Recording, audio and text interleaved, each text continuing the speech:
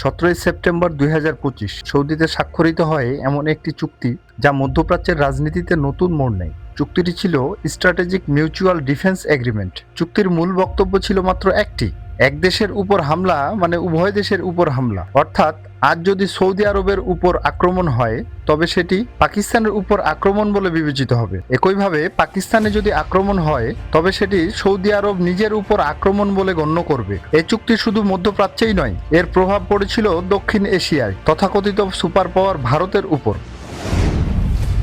2025 সালের সেপ্টেম্বরে চলছিল ইরান ইসরায়েল যুদ্ধ। হঠাৎ আমেরিকা 22 জুন 2025 হামলা চালায় ইরানে। ইরান তার প্রতিশোধ নিতেই মধ্যপ্রাচ্যের সবচেয়ে বড় আমেরিকান এয়ারবেস আল উদেই বিমান ঘাঁটিতে হামলা করে। এরপর 9 সেপ্টেম্বর ইসরায়েল হামাসের নেতাদের হত্যার উদ্দেশ্যে বিমান হামলা চালায় কাতারে। এতে মধ্যপ্রাচ্যের দেশগুলো নিরাপত্তা ঝুঁকিতে পড়ে যায়। বিশেষ করে কাতারে আমেরিকার ঘাঁটি থাকা সত্ত্বেও কাতার আক্রান্ত হয়। এতে কাতার চাপ দিতে থাকে আমেরিকাকে। এর ফলে ন্যাটোর বাইরে কাতার ও আমেরিকার চুক্তি হয়। কাতারে হামলা মানে যুক্তরাষ্ট্রের হামলা বলে বিবেচিত হবে। এতে সৌদি আরব নিরাপত্তা নিয়ে চিন্তিত হয়ে পড়ে। তারাও এরকম একটি চুক্তির কথা দীর্ঘদিন থেকেই ভাবছিল। কোনো দেশের সাথে ন্যাটো স্টাইলের চুক্তি হলেই হবে না, প্রয়োজন ছিল পারস্পরিক বিশ্বস্ততা, সমঝোতা ও সিদ্ধান্ত গ্রহণের।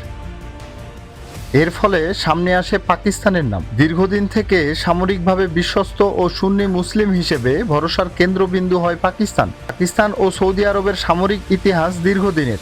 প্রায় 1980 সাল থেকেই পাকিস্তান সৌদি সামরিক বাহিনীকে প্রশিক্ষণ দিয়ে আসছিল। তাছাড়া পাকিস্তান সেনাবাহিনীর হাতে ছিল সৌদির গুরুত্বপূর্ণ স্থাপনাগুলোর নিরাপত্তার দায়িত্ব। এভাবে সৌদি আরব ও পাকিস্তান হয়ে ওঠে একে অপরের বিশ্বস্ত বন্ধু ও আস্থার প্রতীক। সম্প্রতি বিশ্ব মিডিয়ায় সবচেয়ে আলোচিত বিষয়ে পরিণত হয়েছে পাক সৌদি সম্পর্ক।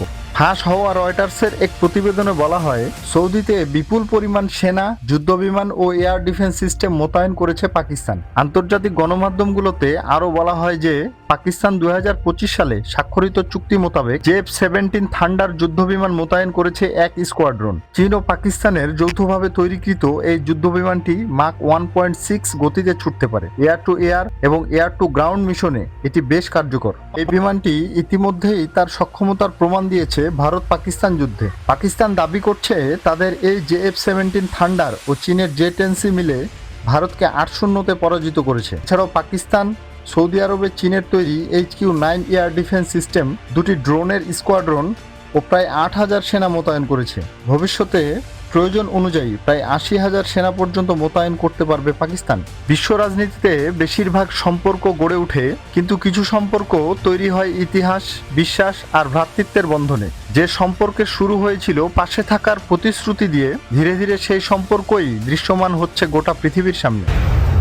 বাংলাদেশের ভবিষ্যৎ নিরাপত্তা নিয়ে চিন্তা করা প্রয়োজন। সময় এসেছে পাকিস্তান ও সৌদি আরবের মতো নিরাপত্তা নিয়ে ভাবনার। কারণ পাকিস্তান শুধু একটি সামরিক শক্তি নয়, এটি মুসলিম বিশ্বের একমাত্র পারমাণবিক শক্তিধর দেশ। আর এ কারণেই সৌদি আরবের কাছে পাকিস্তান কেবল একজন বন্ধু নয়, একটি কৌশলগত নিরাপত্তার ছাতা। আপনার কি মনে হয়, এটি কি শুধুই সামরিক সহযোগিতা, নাকি মুসলিম বিশ্বের জন্য একটি ভবিষ্যৎ পরিকল্পনার সূচনা মাত্র? আপনার মূল্যবান মতামত কমেন্ট করবেন এবং বাংলাদেশকে ভালোবাসবেন।